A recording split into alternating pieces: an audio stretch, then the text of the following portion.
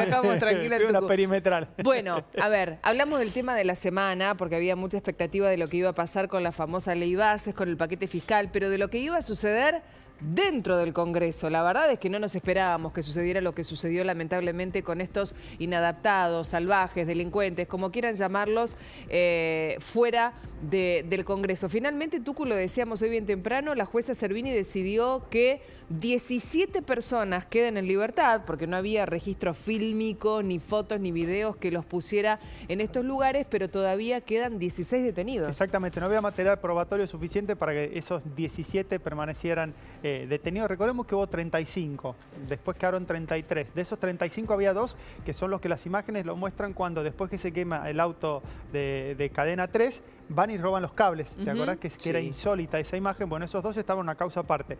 Los otros 33 que estaban dentro del fuero federal y que habían bajo el posible delito de tratar de llevar adelante un golpe de Estado o una especie de actos de subversión, quedaron bajo la órbita de Servini y Cubría. De esos 33, de 16 hay imágenes concretas, videos, fotos que los muestran atentando contra la democracia, como había pedido el fiscal Carlos Stornelli. Como los otros 17 no había esas imágenes, no tenía pruebas suficientes, la jueza les dio la libertad condicional. Pero para hablar de esto y explicar qué significa esto, qué pena le puede caber a cada una de estas personas, tenemos en comunicación a Germán Ferreiro, que él es un abogado penalista. Germán, ¿cómo te va? Viviana y José te saludan. Buen día. José, buenos días, enorme placer. Viviana, Alejandro, mis saludos. Muchas gracias. Germán, lo primero entender esto, porque se habla mucho, dicen, se banaliza el término golpe de Estado. ¿Qué es el golpe de Estado o cuál es la figura legal que le puede caber a una persona que intente interrumpir un acto democrático como es una votación en el Congreso? Es muy buena la pregunta, José, y te agrego algo más.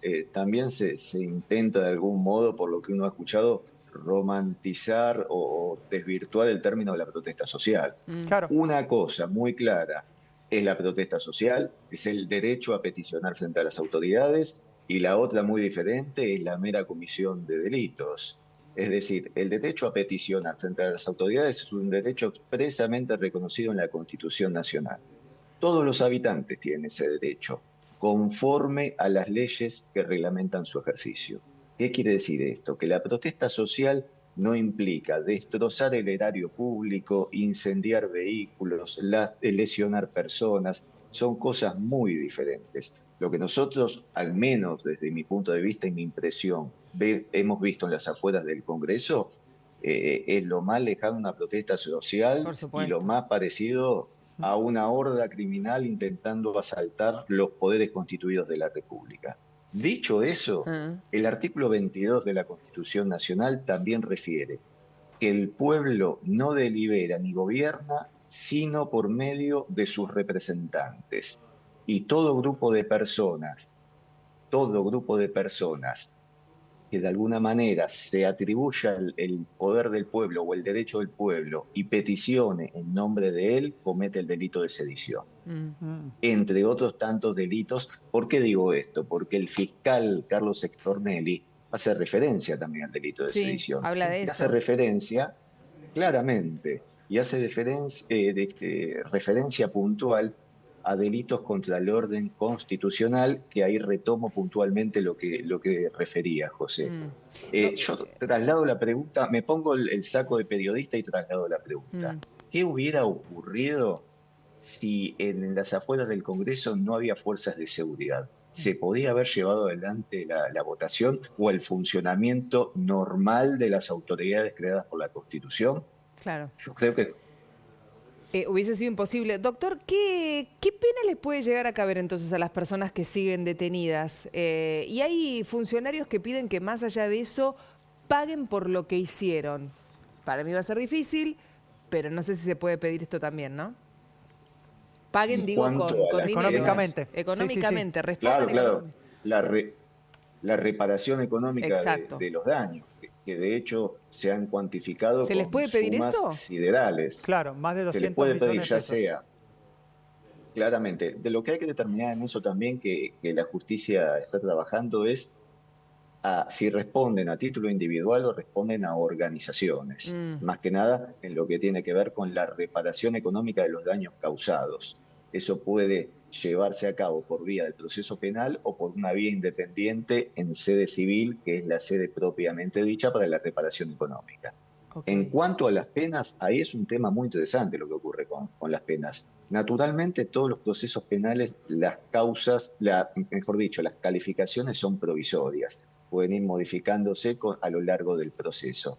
En lo inmediato, cuando uno ve el requerimiento fiscal, la calificación que se solicita y por la cual fueron indagados, son penas relevantes, son Mm, penas que si uno hace la sumatoria, porque hay diversidad de delitos, hay delitos contra el orden constitucional, hay delitos de daños, hay delitos de claro. lesiones. Es decir, cuando uno, si supongamos que se aplicara un concurso, que es un tecnicismo, cuando hay multiplicidad de delitos y se suman las penas, es decir, se aplica el mínimo mayor y la suma aritmética de los máximos, la escala penal es muy importante y de imposible ejecución condicional. Y también hay un punto que es muy relevante, me parece, que el fiscal solicitó también las agravantes del artículo 41, es decir, cuando se procura aterrorizar a la población o impedir que las autoridades realicen un acto o se abstengan de llevarlo a cabo. Y eso, la calificación, la agravante, lo que implica es que el mínimo se duplique y el máximo se duplique. Con lo Bien. cual hay penas por encima de los 15, 20 años, de acuerdo, siempre digo, a la calificación del fiscal de la causa.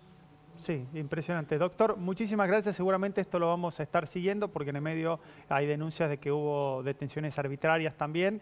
¿Qué va a pasar en esos casos si esas personas pueden accionar contra el Estado también por haber sido detenidos en forma irregular o por no haber participado de destrozos? Pero en otra salida, si te parece, comentamos ese tema y cómo avanza la investigación. Dale.